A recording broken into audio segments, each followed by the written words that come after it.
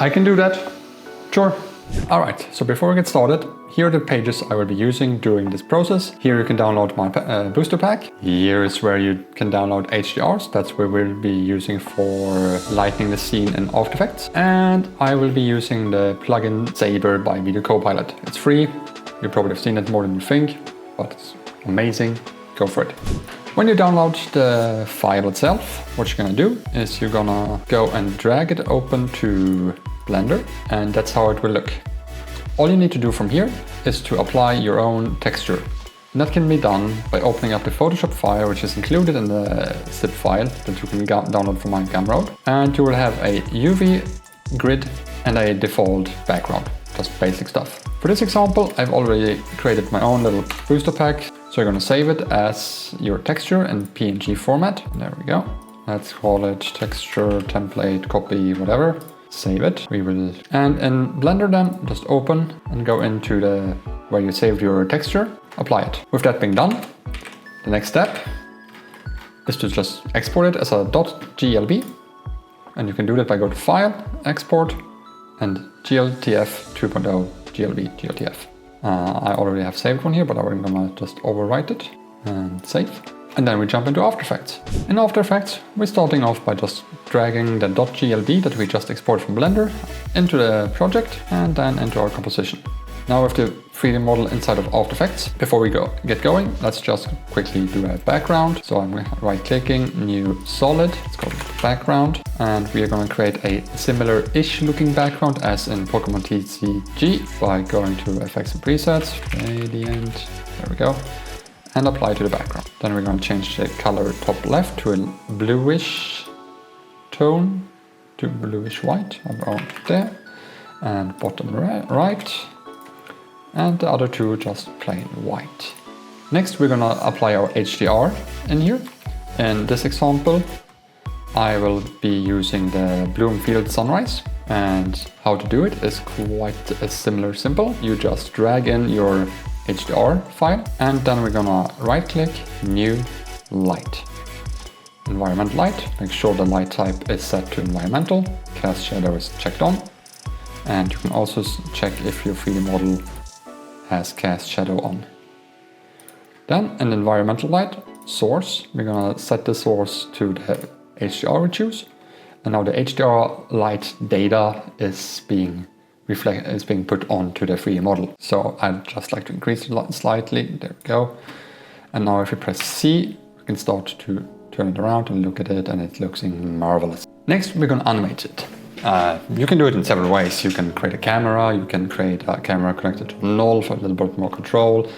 In this case, what I did was just animate the model itself, because we only need it in the first 1.5 seconds. Afterwards, it will become an image. What I'm going to do is I'm going to go to frame 1 second and 10 frames, select the 3D model, P for precision and Shift R for rotation and orientation. And I like to start off where I will end the animation before it leans forward to be opened. So what we are doing here is we're going to put a position, orientation and Y rotation keyframe. And then we go back to the 1 second and just move it out. And then we can do a 180. On a Y rotation, so we don't even need the orientation. Let's select the keyframes, F9 for easy ease. And what I like to do as well is put a keyframe velocity of 75. That's to make the speed curve look a little bit more slowed down, so to speak. So if we play this now, it's a bit fast, so let's put it into 20 frames. There we go. Now we want to have it wait a little bit before we enable the leaning forward. That's why I had the orientation keyframe from the beginning. I just forgot about that. So we copy the keyframe over a couple of frames. So we have a pause, and then around 2 seconds and 10 frames, let's lean it forward and adjust the position so it's coming into the front closer. There we go. So now what we have when we play is this. But I do want to delay it slightly. There we go. And let's easy ease those keyframes as well. keyframe velocity 75. Play it again. There we go. That's all I did with this 3D model. Afterwards, go to composition and save frame as Photoshop layer. Save it in the same location as where you have your texture, just to easy know where it is.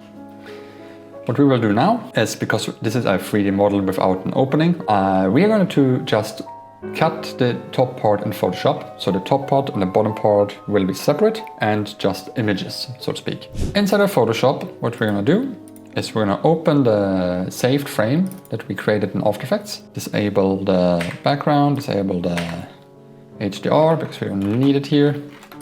And we're going to just go in and cut open the top layer. So now we have it as a separate layer. Let's call it top part, body part. But as you can see, it now has a very flat looking, well, it's flat looking. And that's because when you open a pack, you usually have like a little bit of an insight going on that you can see. And because this frame is only visible for a handful of frames or so, what we can do, again, being lazy, is use the pen tool, and I had shift on for some reason, and just create a fake opening. So we're gonna create a new layer above it. So here's the shape layer that we created. Roughly looking alright. Create a layer above it, hold Alt to lock it onto the layer below, and then with the brush, just create some light shading with a zero hardness, a bit bigger, and something like this. Lower. There we go, a bit dark on the edges.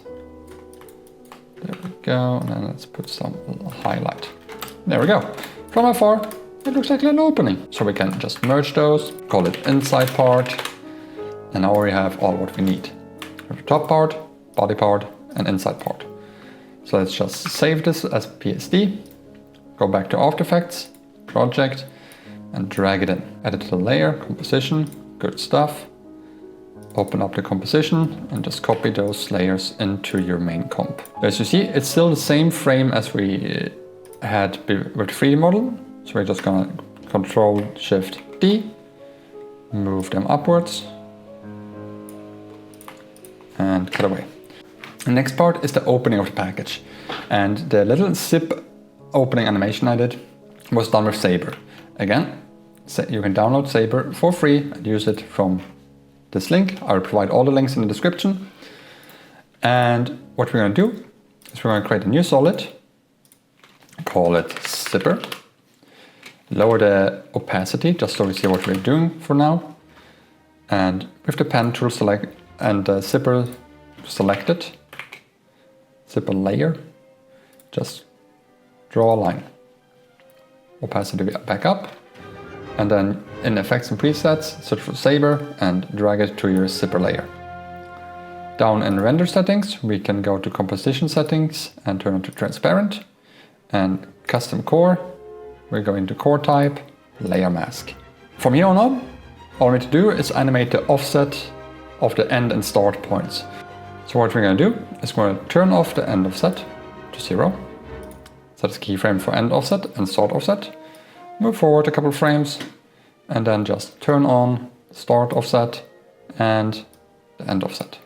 So right now they're overlapping, so you can't really see that anything's happening. But if we select the keyframe for the end offset and just move them forward a bit, then you can see the line is flashing over. Let's select the keyframes, ease, and do the velocity 75. You can customize your core as how you want. There are a lot of presets here going on as well. Haze looks good. Yeah, I like that. Then let's do some glow spread. Decrease it. Intensify the glow intensity. And just add a little bit more glow bytes. Yeah, that's good enough for me. Let's take the keyframes. Make them a bit tighter by holding Alt and dragging them. So it goes a bit quicker. That's a bit too quick perhaps. There we go. That's good enough for me. So now we want to make the top part come off as soon as the zipper line flies through it. And with that, we're gonna select the top part and use the puppet point tool, which is this one here, position pin tool.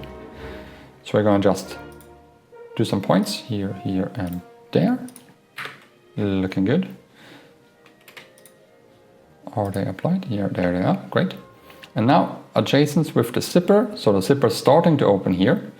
We're gonna start by bending this open and then just make it as neat as possible. And just drag it off the screen. Then easy ease. I will not use the key velocity in this time. And there it goes. Now what we can do to hide the jankiness of it a little bit, we can activate, or we can turn on motion blur. So it looks a little bit more like that. For the card part, I have downloaded all 151 Pokemon cards, Gen 1, for another project that will take me half the summer. But you can just download your cards, get them how you wish. Google is your friend. And we are just gonna play around with these 3 cards from Pokemon. So we're gonna scale them up, position them down here, and then make sure they are behind the body, but in front of the inside. So it looks like they're flying out from the package itself. Then we can make sure they're not visible until this point. So Control-Shift-D again. Delete the outstanding layers. And I'm starting to become blind, so I need to change this pink. So I know these are the images. So the zipper is doing its zipping. Top is flying off.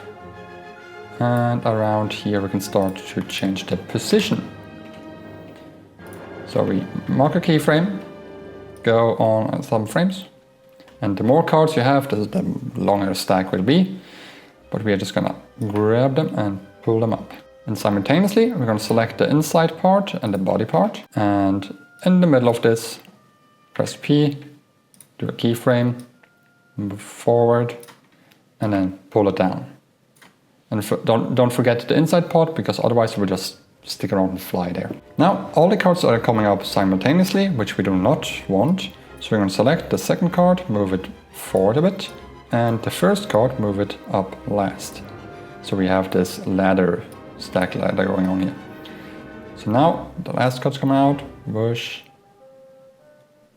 whoosh, whoosh. Let's wait with the animation of the body and that a little longer. So there we go. Nice. Now let's select the keyframes, make them a bit tighter, move them forward, easy ease, velocity 75. There we go. So yeah, that's the whole animation. Hope you liked it. Thanks for watching, and let me know how you think of this. First time for me doing a tutorial, so don't really know what I'm doing here. I just do stuff, pretty much. But yeah, thanks again. Take care. See you around. Bye. So I actually tried to record this a couple of times because I never did a tutorial before. I went through the whole process, Blender, modeling, UV.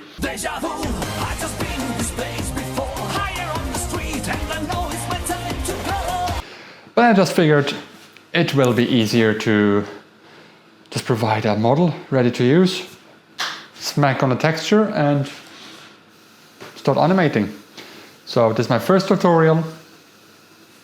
We would love the feedback. Otherwise, enjoy. Bye.